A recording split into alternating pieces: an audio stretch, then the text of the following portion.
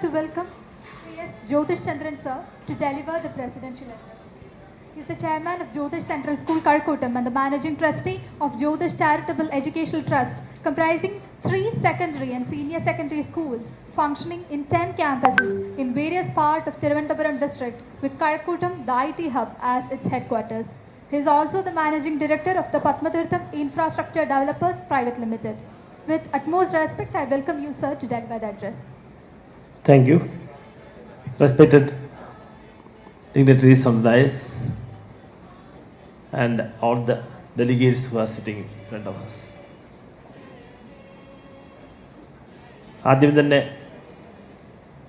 വളരെ നിറഞ്ഞ മനസ്സോടുകൂടി അഭിമാനത്തോടുകൂടി സന്തോഷത്തോടുകൂടി ഇങ്ങനെ 2 വൈസ് ചാൻസലർമാരോടൊപ്പം അതുപോലെ കാസ്ട്രോ സെൻറ്ററിൻ്റെ MDയും അതുപോലെ യൂണിവേഴ്സിറ്റിയുടെ ചാൻസലറിൻ്റെ അധ്യാപികയുടെയോ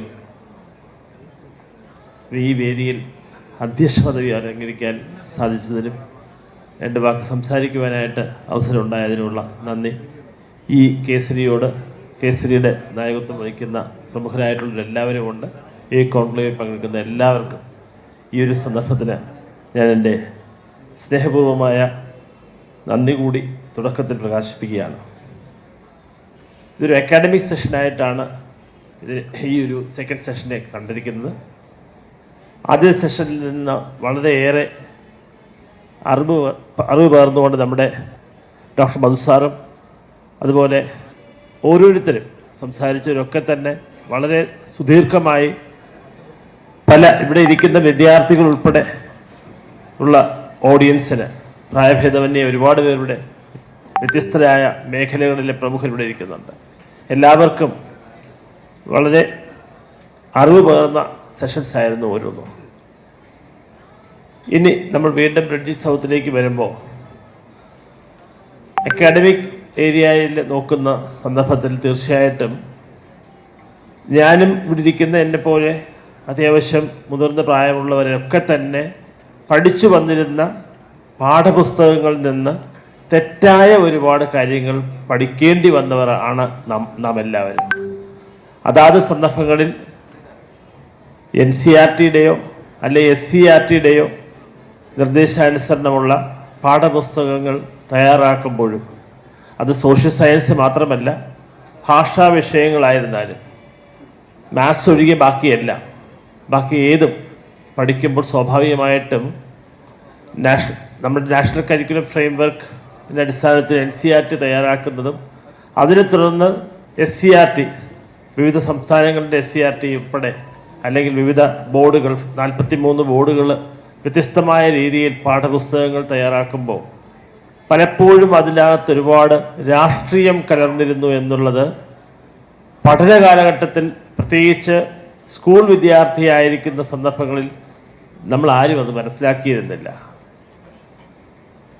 അത് കലാലയങ്ങളിലേക്ക് പ്രവേശിക്കുമ്പോൾ കുറച്ച് തിരിച്ചറിവുകൾ ഉണ്ടാകാറുണ്ടെങ്കിലും നമ്മളെല്ലാവരും അതിനകത്ത് നിസ്സഹായർ മാത്രമാണ്, വിദ്യാർത്ഥികൾ മാത്രമാണ്. അതുകൊണ്ട് തന്നെ അപ്പോഴും നമ്മൾ തിരിച്ചറിയുന്നുണ്ടായിരുന്നില്ല നമ്മൾ പഠിക്കുന്നതിനകത്ത് തെറ്റും ശരിയും എന്തൊക്കെയാണെന്നുള്ളത്.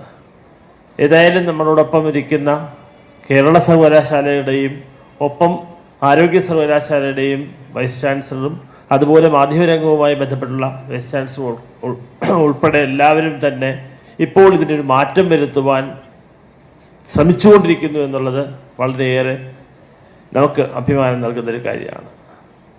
NCF 2005 ആയിരുന്നു ഏറ്റവും ഒടുവിൽ ഉണ്ടായിരുന്നത്. അതിനുശേഷം 17 വർഷങ്ങൾക്ക് ശേഷമാണ് 2022 പുതിയ നാഷണൽ കരിക്കുലം ഫ്രെയിംവർക്ക് വന്നിട്ടുള്ളത്.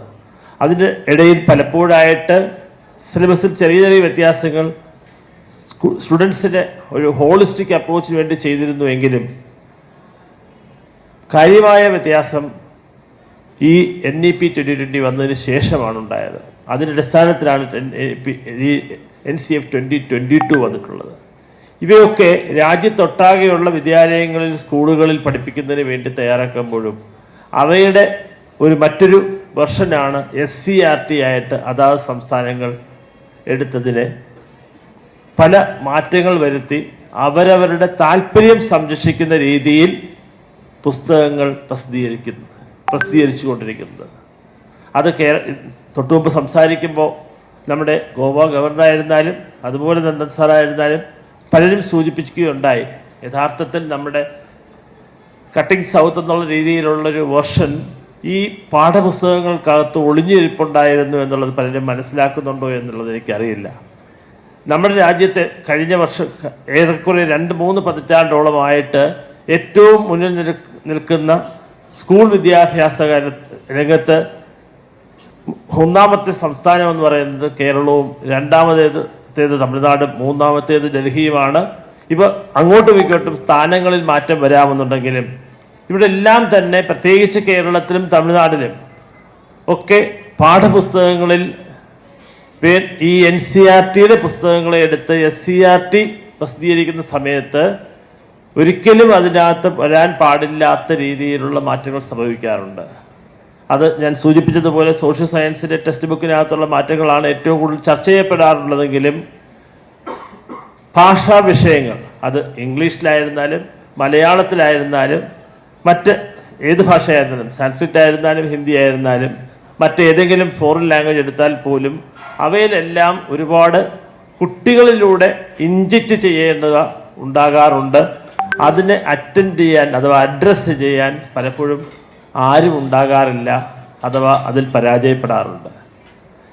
എനിക്കിതിനകത്തൊരു നിർദ്ദേശമായിട്ട്, ഇതിനൊരു പരിഹാരമായിട്ട് സൂചിപ്പിക്കുവാനുള്ളത്, നമ്മളെപ്പോഴും ചർച്ച ചെയ്തുകൊണ്ടിരിക്കുന്ന ഈ ഒരുപക്ഷെ ഈ വരുന്ന 1-2-3 വർഷങ്ങൾക്കകത്ത് തന്നെ സംഭവിക്കാനിടയുള്ള നമ്മുടെ ക്യാബിനറ്റിലെ തന്നെ തീരുമാനമെടുത്തു കഴിഞ്ഞ ഈ ഒരു പ്രകടന പത്രികയിൽ വന്നിട്ടുള്ളതാണ്, കഴിഞ്ഞ പ്രകടന പത്രികയിൽ ഉണ്ടായിരുന്നതാണ് ഏകീകൃത സിവിൽ കോഡ് എന്നുള്ളത്. അത് ആവശ്യം വേണ്ടത് ഒന്നാണെങ്കിൽ അതിനേക്കാളും അത്യാവശ്യമായി വേണ്ടത് ഏകീകൃത സിലബസ് എന്നുള്ളൊരു കാര്യമാണ്. അത് ആ സിലബസ് ഞാൻ നേരത്തെ പറഞ്ഞതുപോലെ 43 ബോർഡുകൾ ഉള്ളതായിട്ടാണ് ഞാൻ മനസ്സിലാക്കുന്നത്. അത് CBSE, ICSE അല്ലെങ്കിൽ വിവിധങ്ങളായ സ്റ്റേറ്റ് ബോർഡുകൾ ഉൾപ്പെടെയുള്ളവയ്ക്ക് പുറമെ മറ്റ് ചില സംസ്ഥാനങ്ങളിലധികം ബോർഡുകളുണ്ട്. അപ്പോൾ ഇവയൊക്കെ മാറ്റം വരുത്തിക്കൊണ്ട് പുതിയ ബോർഡിന് എന്ത് പേരിടണമെന്നുള്ളത് നമ്മുടെ സർക്കാർ തീരുമാനിക്കട്ടെ, കേന്ദ്ര സർക്കാർ തീരുമാനിക്കട്ടെ, അല്ലെങ്കിൽ കേന്ദ്ര വിദ്യാഭ്യാസ വകുപ്പ് തീരുമാനിക്കട്ടെ. അങ്ങനെ ഒരു പുതിയ വിദ്യാഭ്യാസ സമ്പ്രദായം സിലബസിലൂടെ ഏകീകരിക്കേണ്ടതായ ഒരു സാഹചര്യമാണ് ഇന്ന് നിലവിലുള്ളതെന്നുള്ളതാണ് എന്നെ സംബന്ധിച്ച് തോന്നിയിട്ടുള്ളത്.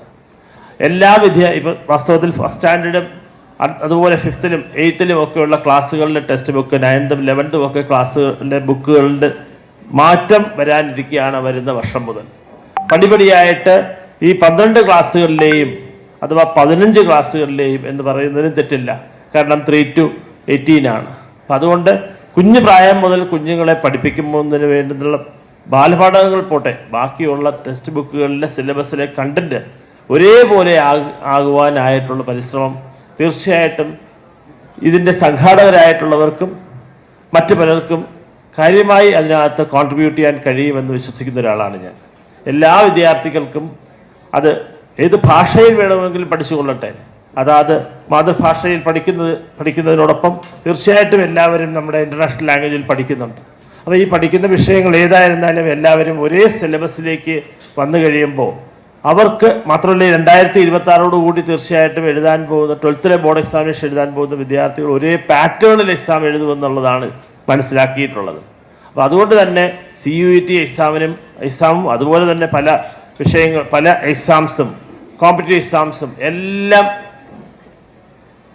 തുല്യമായി സിലബസ് കണ്ടന്റ് പാറ്റേൺ ഏകീകരിക്കുമ്പോൾ ഇങ്ങനൊരു ആവശ്യം ഉണ്ടാവും. അതിലൂടെ അത്തരത്തിൽ ഞാനിത് വിദ്യാഭ്യാസ രംഗത്ത് പ്രവർത്തിക്കുന്നതുകൊണ്ടാണ് ഞാൻ കട്ടിംഗ് സൗത്ത്, ബ്രിഡ്ജിങ് സൗത്ത് എന്നുള്ള രീതിയിലുള്ളൊരു കൺവേർഷനിലേക്ക് വരാതെ അതിന് വേണ്ടുന്നതായ ആദ്യം നമ്മൾ പിടിക്കേണ്ടത് കുട്ടികളെയാണ്, വിദ്യാർത്ഥികളെയാണ്. വിദ്യാർത്ഥികൾക്ക് ശരിയായ വിദ്യാഭ്യാസം, അവർ പഠിക്കുന്ന പാഠപുസ്തകങ്ങൾക്കകത്ത് രാഷ്ട്രീയമല്ല അതിനകത്ത് വേണമെന്ന് പറയുന്നത്, പക്ഷേ തെറ്റായ ഒരുപാട് സന്ദേശങ്ങൾ കുട്ടികൾ പഠിക്കേണ്ടി വന്നിട്ടുണ്ട്. ഞാൻ ഉൾപ്പെടെ നമ്മളെല്ലാവരും പഠിച്ചു വന്നവരാണ്.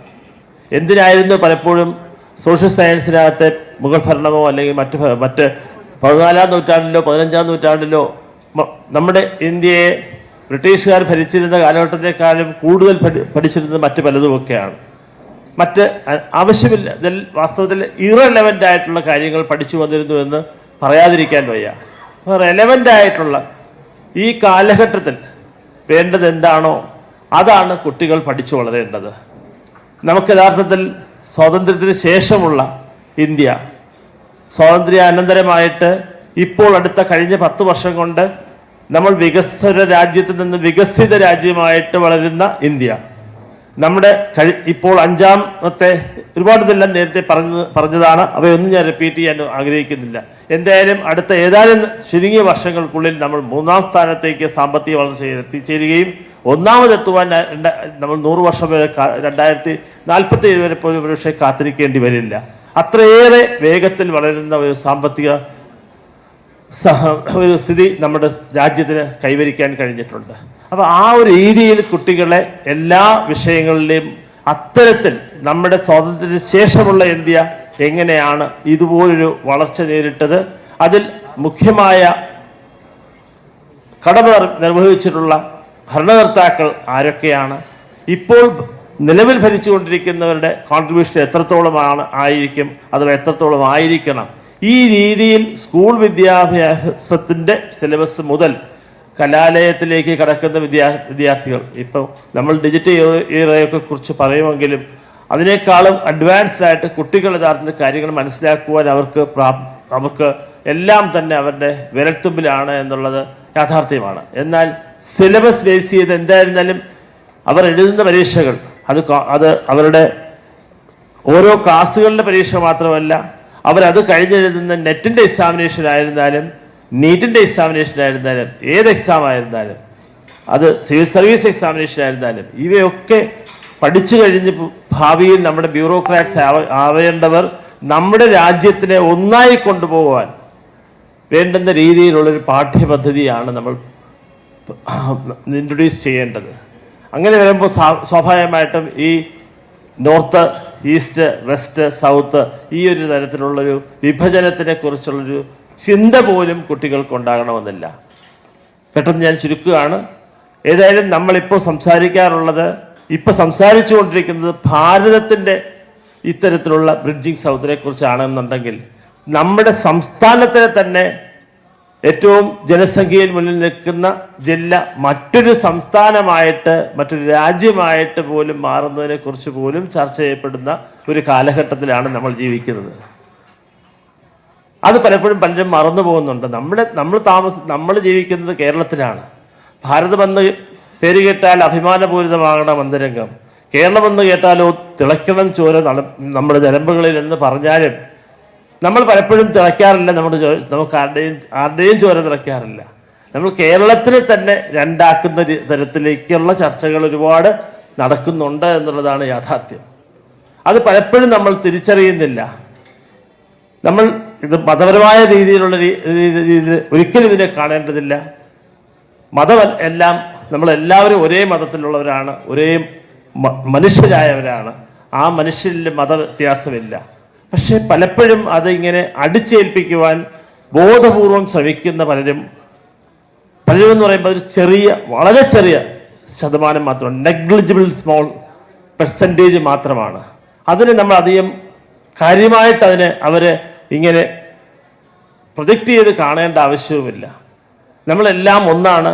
നമ്മുടെ കേരളത്തിന് 14 ജില്ലകൾ, അത് പക്ഷേ ജില്ലകളുടെ എണ്ണം കൂടാം, നമ്മുടെ സംസ്ഥാനങ്ങളുടെ എണ്ണം കൂടാം, വലിയ മാറ്റങ്ങൾ വരുന്ന 4-5 വർഷങ്ങൾക്കകത്ത് സംഭവിച്ചേക്കാം. പക്ഷെ നമ്മുടെ കേരളത്തിനെ ഒന്നായി നിർത്തുക എന്നുള്ളതിൻ്റെ കൂടി ഉത്തരവാദിത്വം കൂടി കേസരിയുടെയും ഈ ഇന്നത്തെ ഇന്നും മുഴുനീളം നടക്കുന്ന സമ്മേളനത്തിൻ്റെ ഭാഗമായിട്ട് നമുക്ക് വരുന്ന ആളുകളിൽ കേരളത്തിലെ തന്നെ എല്ലാ ജില്ലകളിലും ആവശ്യമുള്ളത്, പ്രധാന ജില്ലകളിലൊക്കെ ഇത്തരത്തിലുള്ള ചർച്ചകൾ ആവശ്യമാണ്. അതിൽ വിദ്യാർത്ഥികളിലൂടെ എപ്പോഴും ഞാൻ പറഞ്ഞുകൊണ്ടിരിക്കുന്നത്, മുതിർന്ന നമ്മൾ ഒരുപാട് പേർ ഇരിക്കുന്നവരിൽ ബഹുഭൂരിപക്ഷം പേർ മുതിർന്നവരാണ്. ഇത് പതിയെ തീർച്ചയായിട്ടും പുതിയ തലമുറകളിലേക്ക് നമുക്ക് എത്തിക്കുവാനും ഒരുമിച്ച് ഒറ്റക്കെട്ടായിട്ട് നമുക്ക് രാജ്യത്തിനെ ഒന്നായി കാണുവാനുള്ള ഒരു മനോഗതി കുട്ടികളിൽ വളർത്തിയെടുക്കുക, അത് മുതിർന്നവരിലേക്ക് തീർച്ചയായിട്ടും എത്തിക്കാൻ ഒരു പ്രയാസവുമില്ല. പക്ഷെ കുട്ടികളെയാണ് യഥാർത്ഥത്തിൽ ഏറ്റവും കൂടുതൽ നിങ്ങളെന്നെ കമ്മ്യൂണിസ്റ്റ് ആക്കി എന്ന നാടകം ഉൾപ്പെടെയുള്ള KPSC നാടകത്തിലൂടെയാണ് നമ്മുടെ സംസ്ഥാനം ഇങ്ങനെയായി തീർന്നതെന്നുള്ളത് എല്ലാവർക്കും അറിയാം. അപ്പം അതുകൊണ്ട് ഏതാണോ ഏത് രീതിയിൽ എന്തിലൂടെയാണോ കുട്ടികളെ സ്വാധീനിക്കാൻ കഴിയുക, അല്ലെങ്കിൽ എല്ലാവരെയും സ്വാധീനിക്കാൻ കഴിയുക, അങ്ങനെ സ്വാധീനിക്കാൻ കഴിയുന്ന തരത്തിലുള്ള ഒരു പുതിയ പദ്ധതി വിഭാവന ചെയ്തുകൊണ്ട് മുഴുവൻ കുട്ടികളിലേക്കും ലഹരിക്കെതിരെയും അല്ലെങ്കിൽ മറ്റ് പല ഇഷ്യൂസിനെതിരെയും മാധ്യമങ്ങളും എല്ലാവരും ഒരുപാട് ഇതുപോലുള്ള കോൺക്ലേവുകളോ സെമിനാറുകളോ സ്കൂളുകളിലും കോളേജുകളിലും ഒക്കെ സംഘടിപ്പിക്കാറുണ്ടെങ്കിലും ഇതിനൊന്നിനും ഒരു പരിഹാരം ഒരിക്കലും ഉണ്ടാവാറില്ല. ഇത്തരത്തിലുള്ള കോൺക്ലേവുകൾ മാത്രമാണ് നടന്നു പോകാറുള്ളത്. കേൾക്കുന്നവർ ഇതുപോലുള്ള മുതിർന്നവരാണ്. പക്ഷെ കുട്ടികളിലേക്ക്, വിദ്യാലയങ്ങളിലേക്ക്, കലാലയങ്ങളിലേക്ക്, സർവകലാശാലകളിൽ നിന്ന് എത്രത്തോളം മാറ്റം വരുത്താൻ കഴിയുമോ അവിടെ നമ്മൾ തീർച്ചയായിട്ടും വിജയിക്കും. അതിനൊരു സമയബന്ധിതമായിട്ടുള്ള പദ്ധതിയുമായിട്ട് മുന്നോട്ട് പോകുവാൻ തീർച്ചയായിട്ടും ഇവിടെ ഇരിക്കുന്ന നമ്മുടെ വൈസ് ചാൻസലർമാർ ഉൾപ്പെടെയുള്ളവർക്കും നമ്മളിവിടെ കൂടിയിരിക്കുന്ന എല്ലാവർക്കും അതിനുവേണ്ടി കഴിയട്ടെ എന്ന് ആശംസിച്ചുകൊണ്ട് നിർത്തുന്നു. നന്ദി, നമസ്കാരം.